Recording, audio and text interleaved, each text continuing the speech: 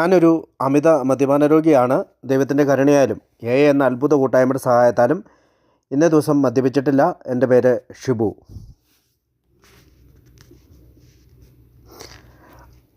എല്ലാവർക്കും ഹായ്. ഇന്ന് ഈ വിഷയം ക്രേവിങ് എന്ന വിഷയം സംസാരിക്കാനായിട്ട് എന്നെ അനുവദിച്ച അല്ലെങ്കിൽ എന്നെ ക്ഷണിച്ച ജ്വാല ഗ്രൂപ്പിനും ഇന്നിവിടെ മീറ്റിങ്ങിൽ പങ്കെടുക്കാനായി കടന്നു വന്നിട്ടുള്ള ഓരോരുത്തർക്കും ഹൃദയത്തിൻ്റെ ഭാഷയിൽ നന്ദി പറയുകയാണ്. നിങ്ങളിവിടെ വന്നതുകൊണ്ടാണ് എനിക്കിതിനെപ്പറ്റി കൂടുതൽ ഞാൻ മനസ്സിലാക്കിയ കാര്യങ്ങൾ എൻ്റെ അറിവിനും എൻ്റെ വിദ്യാഭ്യാസത്തിനും അല്ലെങ്കിൽ എയുടെ ഒരു വിദ്യാഭ്യാസമാണല്ലോ നമ്മളിവിടെ ഉദ്ദേശിക്കുക. കാരണം ഞാൻ ആൽക്കഹോളിക്സ് അനോണിമസിൻ്റെ ഉള്ളിലെത്തിയിട്ട് 2009 ഓഗസ്റ്റ് 15 എത്തിയതാണ്. ഇപ്പോൾ ഏകദേശം 14 വർഷത്തോളം ആകാറായി. അപ്പോൾ എയുടെ ഒരു വിദ്യാഭ്യാസത്തിലൂടെ നേടിയ ക്രേവിങ്ങിനെ കുറിച്ചുള്ള നമുക്ക് ആദ്യം ക്രേവിങ്ങിൻ്റെ ഒരു ഡെഫിനിഷൻ അല്ലെങ്കിൽ മീനിങ് നോക്കാം. അതിൻ്റെ യഥാർത്ഥത്തിലുള്ള അർത്ഥം a powerful desire for something എന്നാണ്. അതായത് എനിക്കെന്തെങ്കിലും ഒരാഗ്രഹം, ശക്തമായ ഒരാഗ്രഹം, എന്തിനെങ്കിലും വേണ്ടിയുള്ള ശക്തമായ ആഗ്രഹമാകാം. അത് ചോക്ലേറ്റിനാകാം, ഭക്ഷണത്തിനാകാം. അപ്പോൾ നമ്മളെ സംബന്ധിച്ചിടത്തോളം, ആൽക്കഹോളിക്കിനെ സംബന്ധിച്ചിടത്തോളം ആൽക്കഹോൾ എന്ന് പറയുന്ന ആ സബ്സ്റ്റൻസ് അതെനിക്ക് കിട്ടാൻ വേണ്ടിയിട്ടുള്ള ആഗ്രഹം ശക്തമായി വരുന്നതിനെയാണ് നമ്മൾ ക്രേവിങ് എന്ന് വിളിക്കുക. അതിൻ്റെ മലയാള അർത്ഥം ആർത്തി എന്നോ ആസക്തി എന്നോ ഒക്കെ നമുക്ക് മനസ്സിലാക്കാവുന്നതാണ്. തീവ്രമായിട്ടുണ്ടാകുന്ന ഒരു ആഗ്രഹത്തെയാണ് ആഗ്രഹമെന്നെങ്കിലും നമുക്കതിനെപ്പറ്റി ക്രേവിങ്ങിനെ പറ്റി മനസ്സിലാക്കാം. അപ്പോൾ ക്രേവിങ്ങിൻ്റെ അർത്ഥമൊക്കെ നമുക്കറിയാവുന്നതാണ്. ഇപ്പോൾ എല്ലാവർക്കും തന്നെ ഇവിടെയുള്ള ആൽക്കഹോളിക്സ് അനോണിമസിൻ്റെ ഉള്ളിലെത്തുന്ന എല്ലാവർക്കും അറിയാം എങ്ങനെയാണ് മദ്യത്തോടുള്ള ആർത്തി, അല്ലെങ്കിൽ വീണ്ടും വീണ്ടും കുടിക്കുക എന്നുള്ള ആഗ്രഹം, അല്ലെങ്കിൽ പലരോടും നമ്മൾ കേണപേക്ഷിക്കുകയും വല്ലാതെ ആഗ്രഹിക്കുകയും അഭ്യർത്ഥിക്കുകയും യാചിക്കുകയും പ്രാർത്ഥിക്കുകയും ഒക്കെ ചെയ്തിട്ടുണ്ട്. എവിടെന്നെങ്കിലും ഒരു ഇച്ചിരി മദ്യം കിട്ടണമെന്നൊക്കെ. അങ്ങനെ ചെയ്തിട്ടുള്ളവർ തന്നെയാണ് ഭൂരിഭാഗം ആൽക്കഹോളിക്സ് അനോണിമസിൻ്റെ ഉള്ളിലെത്തുന്നത്. അപ്പോൾ ആർക്കാണ് ഈ ക്രേവിങ് ഉണ്ടാകുക? നമുക്കറിയാം, ഈ ലോകത്തിൽ ജനിച്ചിട്ടുള്ള ആരും ഇപ്പോൾ നമ്മുടെ എൻ്റെയൊക്കെ ചെറിയ ക്ലാസ്സിൽ, അതായത് ഞാൻ ഓർക്കുന്നുണ്ട്, എൻ്റെ 4ാം ക്ലാസ്സിലെ ടീച്ചർ നമ്മളോട് ചോദിക്കും, നമ്മുടെ തിലകൻ നരസിംഹത്തിൽ മോഹൻലാലിനോട് ചോദിക്കുന്ന ഒരു ചോദ്യമുണ്ട്, mister Indu Juden, what is your future plan? അപ്പോൾ എന്താണ് നിങ്ങളുടെ ഭാവി, അല്ലെങ്കിൽ ഭാവിയിൽ ആരാകണമെന്നാണ് നിങ്ങൾ ആഗ്രഹിക്കുന്നത്? അപ്പോൾ എന്നെപ്പോലുള്ള കുട്ടികൾ ചാടി എണീറ്റിട്ട് പോലീസാകണമെന്നും ഡോക്ടറാകണമെന്നും പട്ടാളത്തിൽ പോകണമെന്നും അല്ലെങ്കിൽ അങ്ങനെ പല പല ആഗ്രഹങ്ങൾ പറഞ്ഞവരുണ്ട്. പക്ഷെ ഒരാൾ പോലും, ലോകത്തിൽ ഒരാൾ പോലും ഒരു ആൽക്കഹോളിക്കായി തീരണമെന്ന് പറയുകയോ അങ്ങനെ ആഗ്രഹിക്കുകയോ ചെയ്യാനായിട്ട് യാതൊരുവിധ സാധ്യതയും ഞാൻ കാണുന്നില്ല. അതിനർത്ഥം ആൽക്കഹോളിക്കായി തീർന്നത്, മദ്യാസക്തനായി തീർന്നത് നമ്മളുടെ ഒരു ഇഷ്ടം കൊണ്ടോ അല്ലെങ്കിൽ നമ്മൾ വല്ലാതെ ആഗ്രഹിച്ചത് കൊണ്ടല്ല, നമ്മൾ അങ്ങനെ ആയി തീർന്നു പോയതാണ്. നമുക്കറിയാം, ആൽക്കഹോളിക്സ് അനോണിമസിൻ്റെ ഉള്ളിലെത്തുമ്പോൾ നമ്മൾ സ്ത്രീയും പുരുഷനും എന്ന് വിഭജിക്കുന്നത് പോലെ 2 സെക്ഷൻ ആളുകളായിട്ട് നമ്മളെ തന്നെ വിഭജിക്കാറുണ്ട്. അല്ലെങ്കിൽ ഞാൻ സാധാരണ രീതി ചിന്തിക്കാറുണ്ട്, കുടിക്കാത്തവരും കുടിക്കുന്നവരും, അല്ലെങ്കിൽ മദ്യാസക്തരായവരും സോഷ്യൽ ഡ്രിങ്കേഴ്സും. അല്ലെങ്കിൽ സാധാരണ നിലയിൽ കുടിക്കാൻ സാധിക്കുന്നവരും കുടിക്കാൻ സാധിക്കാത്തവരുമായ എന്നുള്ള രീതിയിൽ ചിന്തിക്കാറുണ്ട്. അപ്പോൾ 2 വിഭാഗങ്ങൾ, ഇപ്പോൾ സ്ത്രീയും പുരുഷനും എന്നതുപോലെ തന്നെ ഈ ലോകത്തിൻ്റെ എല്ലാ കാര്യങ്ങളിലും, ഇപ്പം ആൽക്കഹോൾ മാത്രമല്ല, ഡ്രഗ്സിലായാലും എന്ത് അഡിക്ഷനിലും 2 വിഭാഗങ്ങളായിട്ട് മാറുകയാണ്. അതായത് ഒന്നിനോട് കഴിച്ചു കഴിഞ്ഞാൽ കുഴപ്പമുണ്ടാകുന്നവരും, ഒരു വിഭാഗം കഴിച്ചാൽ കുഴപ്പമില്ലാത്തവരും. എന്തുകൊണ്ടാണ് ആൽക്കഹോളിക്കിന് കഴിച്ചു കഴിഞ്ഞാൽ കുഴപ്പമുണ്ടാകുന്നത്? ഓരോ അഡിക്റ്റിനും അല്ലെങ്കിൽ ആൽക്കഹോളിക്കിനും സാധാരണ നോൺ ആൽക്കഹോളിക്കിനും ഒരുപാട് വ്യത്യാസങ്ങളുണ്ട്. അതുകൊണ്ടാണ് ഞാൻ ആദ്യമേ ഒരു ചെറിയ ഉദാഹരണം പോലെ പറഞ്ഞത്. സ്ത്രീയും പുരുഷനും എന്ന പോലെ തന്നെ ജനറ്റിക്കായിട്ടുള്ള വ്യത്യാസങ്ങൾ, ഒരുപാട് വ്യത്യാസങ്ങളുള്ളതുപോലെ തന്നെ ഒരു നോൺ ആൽക്കഹോളിക്കിനും ഒരു ആൽക്കഹോളിക്കിനും ഒരുപാട് വ്യത്യാസങ്ങളുണ്ട്. ഇത് കണ്ടുപിടിക്കുക അല്ലെങ്കിൽ ഇത് മനസ്സിലാക്കുക എന്നുള്ളതാണ് ഒരു ആൽക്കഹോളിക്കായിട്ടുള്ള ഞാൻ ചെയ്യേണ്ടത്. എന്താണ് ഒരു ആൽക്കഹോളിക്? അത് നമ്മുടെ ഡോക്ടറുടെ അഭിപ്രായത്തിൽ വിശദീകരിക്കുന്നുണ്ട് ആരാണ് ഒരു ആൽക്കഹോളിക് എന്ന്. നമുക്കറിയാം, ലോകത്തിലുള്ള ആളുകൾ എന്തുകൊണ്ടാണ് മദ്യപിക്കുന്നത്? നമുക്കറിയാം, ഒരു സിറ്റിയിൽ തന്നെ എത്ര ബാറുകളാണ്, ബ്രാൻഡി കടകളാണ്. എന്തുകൊണ്ടാണ് ഈ ലോകത്തിലെ ആളുകൾ മദ്യപിക്കുന്നത്? അത് സ്ത്രീകളും പുരുഷന്മാരും ഇപ്പോഴൊക്കെ ആണെങ്കിൽ കൊച്ചുകുട്ടികൾ പോലും മദ്യപിക്കുന്നതായിട്ട്, സ്കൂളിൽ പഠിക്കുന്ന കുട്ടികൾ പോലും മദ്യപിക്കുന്നതായിട്ടൊക്കെ നമ്മുടെ വാർത്തകളിൽ വരാറുണ്ട്. എന്തുകൊണ്ടാണ് അവർ മദ്യപിക്കുന്നത്? മദ്യപിക്കുന്നത് അവർക്ക് ആ മദ്യം ഉളവാക്കുന്ന ഒരു പ്രതികരണമുണ്ട്. ആ പ്രതികരണം ഇഷ്ടപ്പെടുന്നതുകൊണ്ടാണ്. സത്യത്തിൽ ആ പ്രതികരണം നമ്മളെ തെറ്റിദ്ധരിപ്പിക്കുകയാണ്. അതായത് ഐ ആം ഓക്കെ, അല്ലെങ്കിൽ ഞാൻ ഓക്കെ ആണ് എന്നുള്ള രീതിയിലേക്ക് ഒരു മാനസിക സന്തോഷം നമ്മൾക്ക് തരുന്നുണ്ട്. ഓക്കെ, ഇതെവിടെയാണ് ഈ മാനസിക സന്തോഷം കിട്ടുക? ആദ്യത്തെ 1 2 3 പെഗ് അടിച്ച് കഴിയുമ്പോൾ നമുക്ക് ആ സന്തോഷം വരെ കിട്ടും. നമ്മുടെ ബൗണ്ടറി അവിടെ കഴിഞ്ഞു. എന്നാൽ ഒരു ആൽക്കഹോളിക് ആയിട്ടുള്ള ആളുകൾ 2 3 പെഗ് കഴിച്ച് കഴിയുമ്പോൾ വീണ്ടും കഴിക്കാനായിട്ടുള്ള ഒരു ശ്രമം നടത്തും.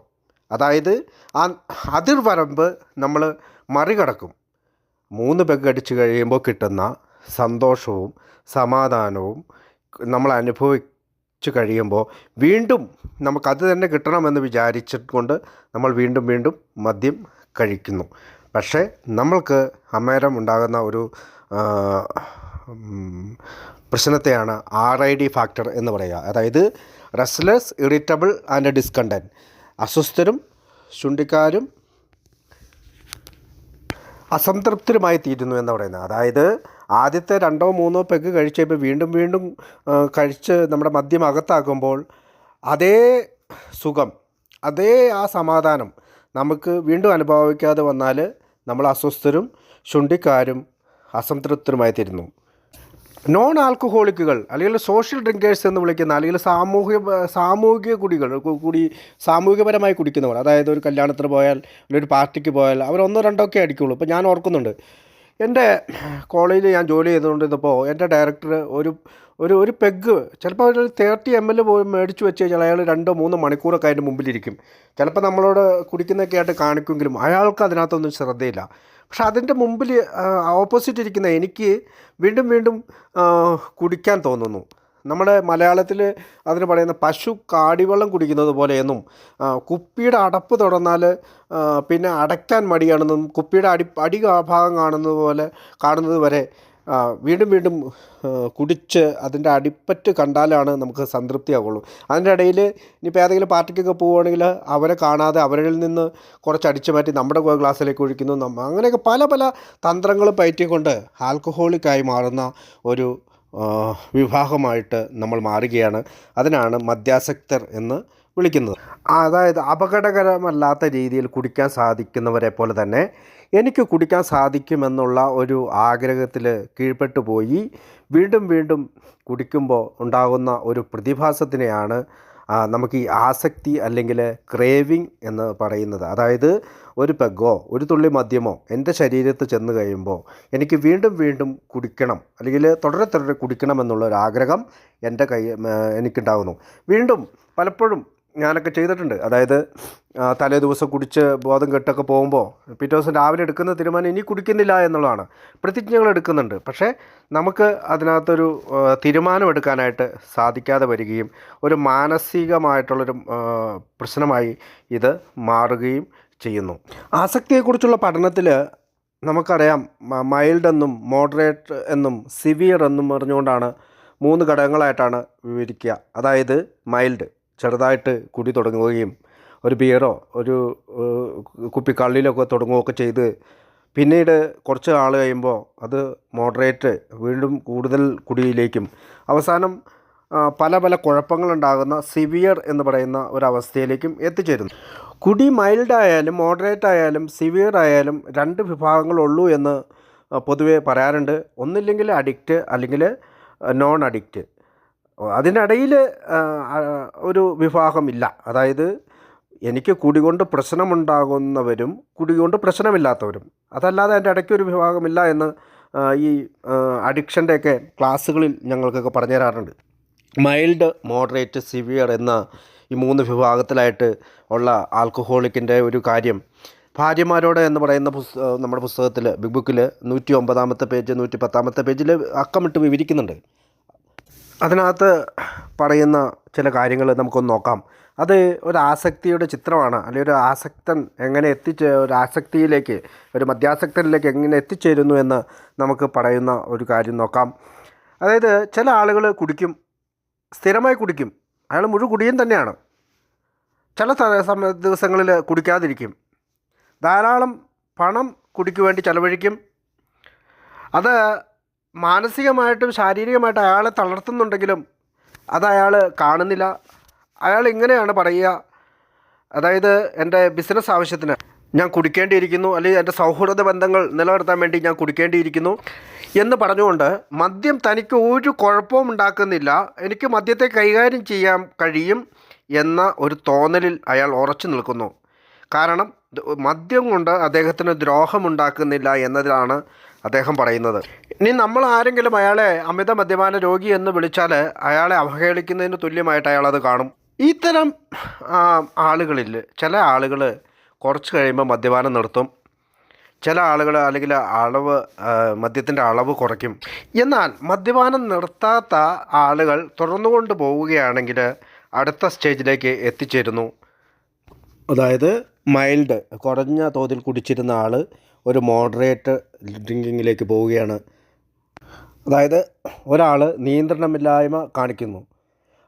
അയാൾക്ക് നിയന്ത്രിക്കണം എന്ന് തോന്നുമ്പോൾ പോലും അയാൾക്ക് മദ്യം കഴിക്കാതെ ജീവിക്കാൻ കഴിയുന്നില്ല. കുടിച്ചു കഴിയുമ്പോൾ പൂർണ്ണമായിട്ടൊരു പിടിവിട്ട അവസ്ഥയിലാണ് അയാൾ എത്തിച്ചേരുന്നത്.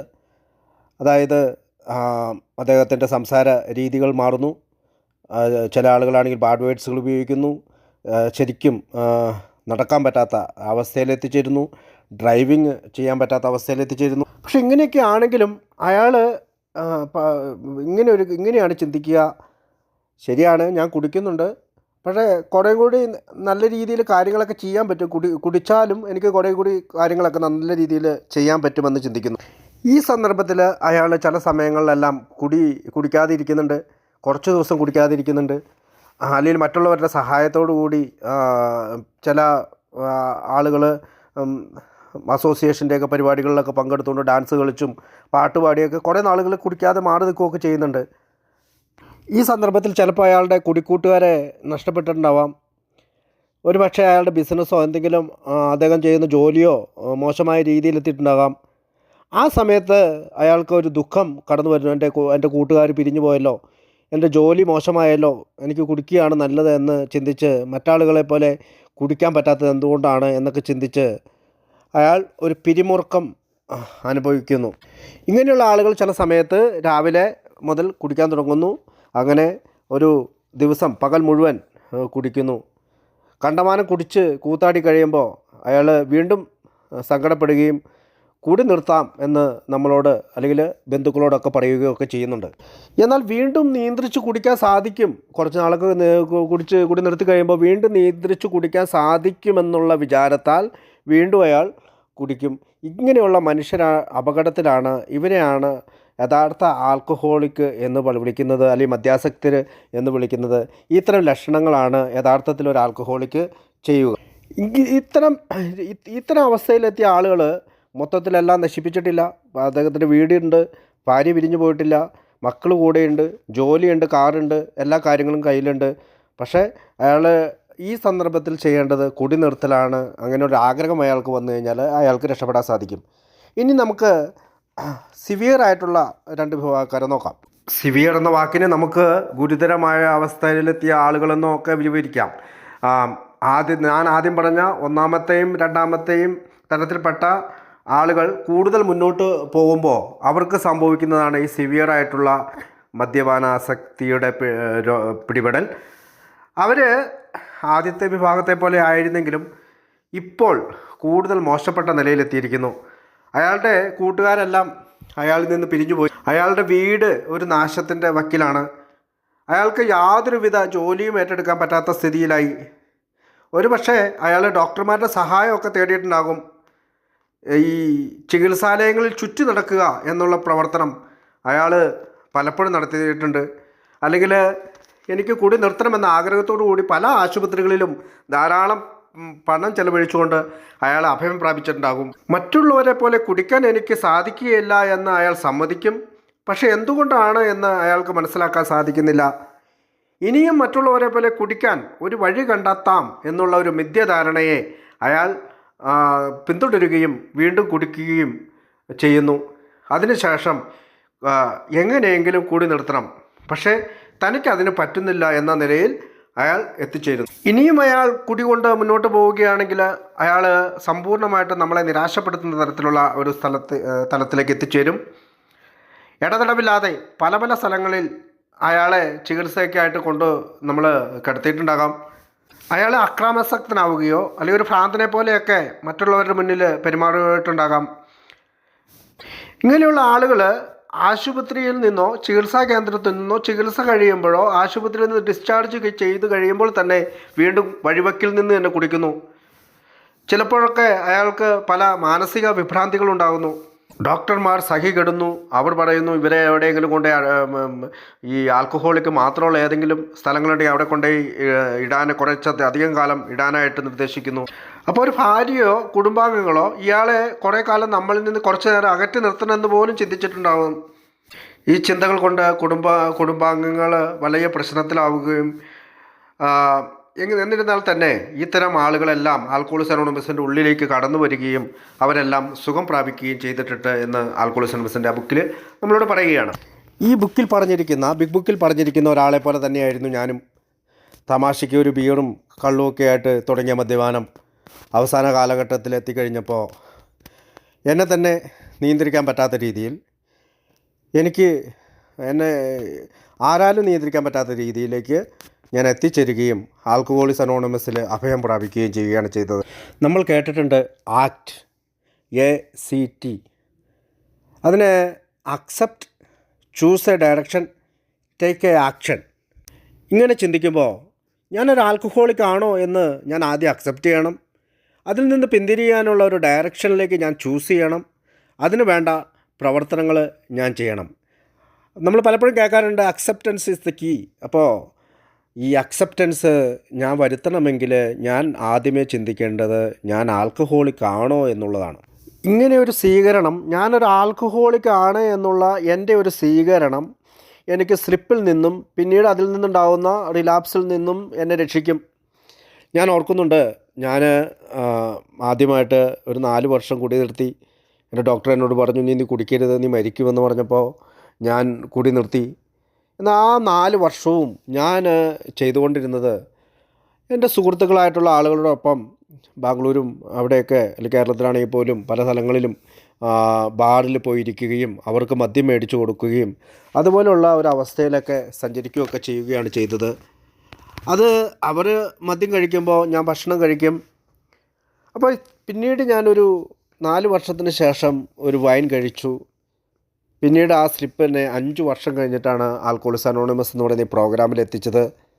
അപ്പോൾ ഡോക്ടറുടെ പേടിപ്പെടുത്തൽ കൊണ്ട് മദ്യം നിർത്തിയ എനിക്ക് ആൽക്കഹോളിക്സ് അനോണിമസ് വന്നതുകൊണ്ടാണ് ഇന്നിപ്പോൾ ഏകദേശം 14 വർഷമായിട്ട് കുടിക്കാതിരിക്കാനായിട്ട് സാധിക്കുന്നത്. അപ്പോൾ ഒരു ആൽക്കഹോളിക് ആണോ എന്ന് എന്നെ ചിന്തിപ്പിച്ച കുറേ കാര്യങ്ങൾ ഡോക്ടർ ഡോക്ടറുടെ അഭിപ്രായത്തിൽ പറയുന്നുണ്ട്. അതിനകത്തൊരു പ്രധാനപ്പെട്ട ഭാഗമാണ് ഡോക്ടർമാർക്ക്, നമ്മൾ ഡോക്ടർമാരുടെ ഇടയെടുത്ത് ഒരു ആൽക്കഹോളിക്കിനെ കൊണ്ടുവരികയാണെങ്കിൽ അല്ലെങ്കിൽ കൊണ്ടുചെന്നിരിക്കുമ്പോൾ തന്നെ അവർക്ക് അവരുടെ അപര്യാപ്തത അവർക്ക് തിരിച്ചറിയാൻ കഴിയും. അതായത് തനിക്ക് അറിയാവുന്ന എല്ലാ ചികിത്സയും എടുത്താൽ പോലും ഒരു അമിത മദ്യാസക്തൻ സുഖപ്പെടുന്നില്ല. അവന് മനുഷ്യശക്തിക്ക് അതീതമായ എന്തോ ഒന്ന് അല്ലെങ്കിൽ ഒരു മാനസിക വ്യതിയാനത്തിന് അവൻ തയ്യാറായ മാത്രമേ അവന് ഈ ചികിത്സകൾ ഫലപ്പെടുകയുള്ളൂ എന്ന് ഡോക്ടർമാർ, സത്യസന്ധരായ ഡോക്ടർമാർ സ്വയം ബോധ്യപ്പെടും. സൈക്കോളജിക്കലായിട്ട് ചികിത്സിക്കുന്ന മനഃശാസ്ത്ര വിഭാഗക്കാരുണ്ട്. അവർ പോലും സമ്മതിക്കുന്ന, ആ ഡോക്ടർമാർ പോലും സമ്മതിക്കുന്നത് അവർക്കെല്ലാം ആൽക്കഹോളിസം എന്ന് പറയുന്ന ഈ പ്രതിഭാസത്തിൻ്റെ മുമ്പിൽ അല്ലെങ്കിൽ ആൽക്കഹോളിക്കിൻ്റെ മുമ്പിൽ വലിയ തോതിലൊന്നും വിജയിക്കാൻ സാധിച്ചിട്ടില്ല, ചെറിയ തോതിൽ മാത്രമേ സാധിച്ചിട്ടുള്ളൂ എന്ന് അവർ തന്നെ സമ്മതിക്കും.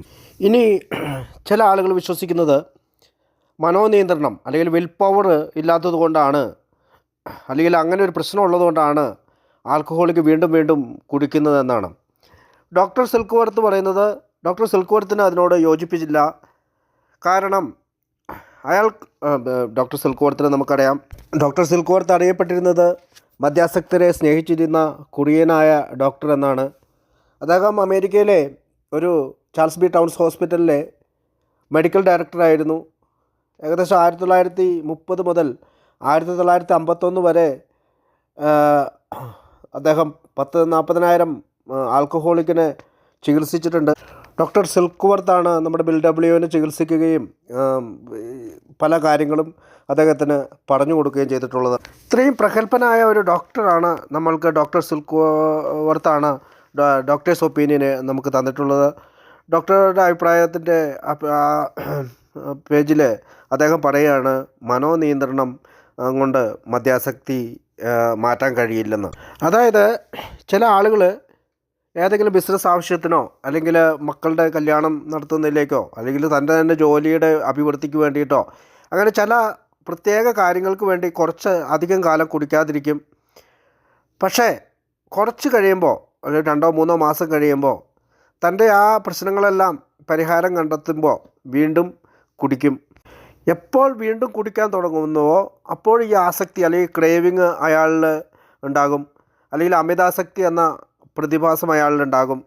അങ്ങനെ അമിതാസക്തി എന്ന പ്രതിഭാസം ഉണ്ടാകുമ്പോൾ അയാൾ ഉദ്ദേശിച്ചിരുന്ന ബിസിനസ് ആവശ്യമോ അയാൾ ഉദ്ദേശിച്ചിരുന്ന ഏതെങ്കിലും പർട്ടിക്കുലർ കാര്യമോ മുടക്കം വരികയും പല പ്രശ്നങ്ങൾ അയാളിലേക്ക് കടന്നു വരികയും എന്തെല്ലാം മാർഗങ്ങൾ അയാൾ പരീക്ഷിച്ചാലും രക്ഷപ്പെടാൻ സാധിക്കാത്ത രീതിയിൽ ഈ ഒരു സംഗതിയിൽ അല്ലെങ്കിൽ മദ്യാസക്തി എന്ന സംഗതിയിൽ അയാൾ കുടുങ്ങിപ്പോവുകയും അല്ലെങ്കിൽ വിൽ പവർ അല്ലെങ്കിൽ മനോനിയന്ത്രണം ഈ ആർത്തിയെ അല്ലെങ്കിൽ ക്രേവിങ്ങിനെ അതിജീവിക്കാനായിട്ട് സാധിക്കാത്ത രീതിയിൽ അയാളെ ബാധിക്കുകയും ചെയ്യും.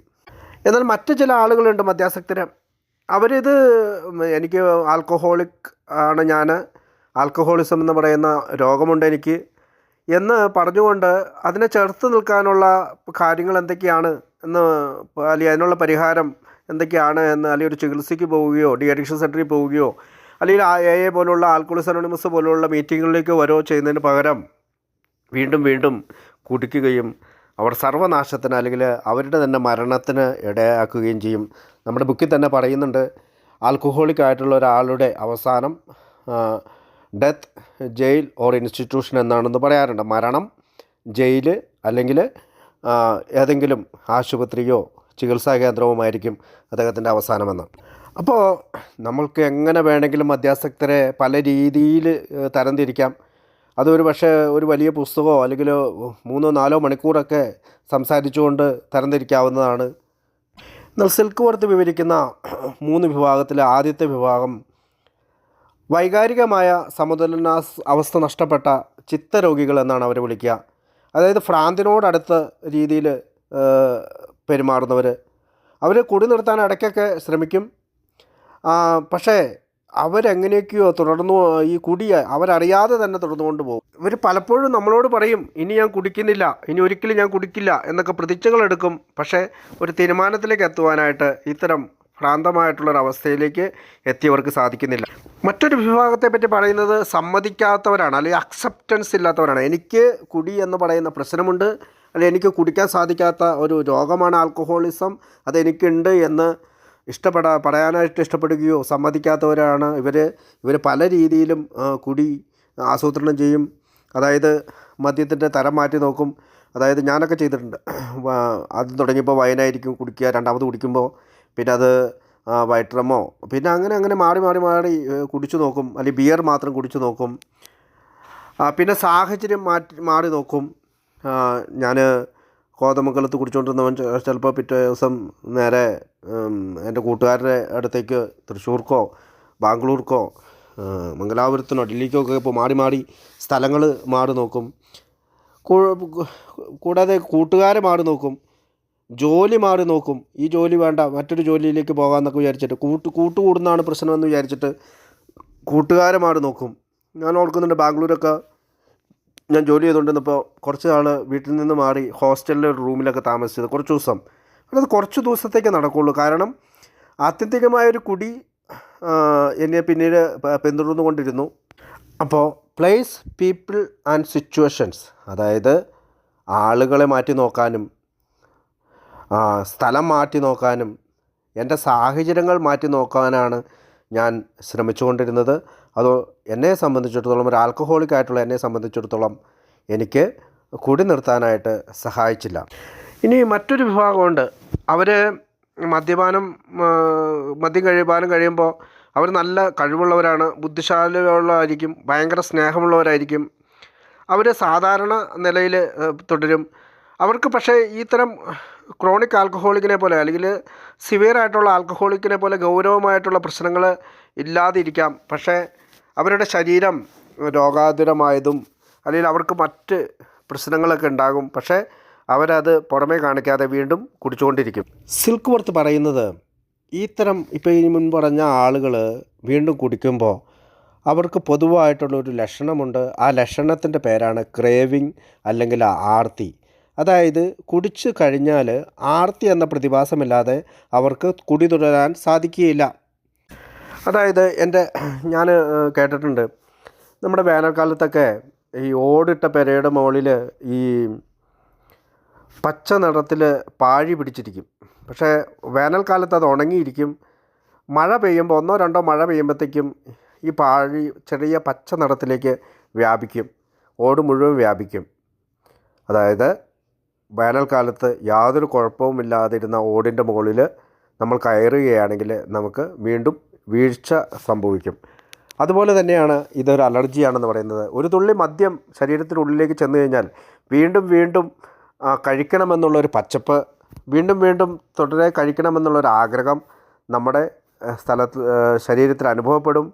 ആ ആസക്തിയാണ് ശാരീരികമായ അലർജി എന്ന രൂപത്തിലേക്ക് മാറുന്നത്. ഇപ്പം ഇങ്ങനെ ഒരു ആസക്തിയുള്ള ഒരാൾ അല്ലെങ്കിൽ ഇങ്ങനെ ക്രേവിംഗ് ഉള്ള ഒരാൾ, അയാൾക്ക് വേറെ ഒന്നും ചെയ്യാനില്ല. ഒരു കാര്യവും ഏത് തരത്തിലുള്ള ചികിത്സാ രീതി കൊണ്ടും ഈ ക്രേവിങ്ങിനെ മറികടക്കാൻ സാധിക്കുകയില്ല. അതിൽ നിന്നുള്ള ഏക പരിഹാരം കുടിയിൽ നിന്ന് മാറി നിൽക്കുക എന്നാണ് ഡോക്ടർ സിൽക്ക് വർത്ത് പറയുന്നുണ്ട്. പൂർണ്ണമായും കുടിയിൽ നിന്ന് മാറി നിൽക്കുക എന്നതാണ് തങ്ങൾക്ക് നിർദ്ദേശിക്കുന്ന ഏക പരിഹാരം. അപ്പോൾ ചില ആളുകൾ പറയാറുണ്ട്, കുറച്ച് കുടിച്ചിട്ട് നിർത്തണോ, ഇപ്പം 400 മില്ലി കഴിക്കുന്നത് 300 മില്ലിയാക്ക്, 200 മില്ലിയാക്ക്, 100 മില്ലി. പക്ഷേ ഒരു ആൽക്കഹോളിക്കിനെ സംബന്ധിച്ചിടത്തോളം ഈ കുറച്ച് കുടിക്കുക അല്ലെങ്കിൽ കുടി കുറച്ചു കൊണ്ടുവരിക എന്നുള്ളൊരു സമീപനം എടുത്തു കഴിഞ്ഞാൽ ഒരിക്കലും നിർത്താൻ സാധിക്കുകയില്ല.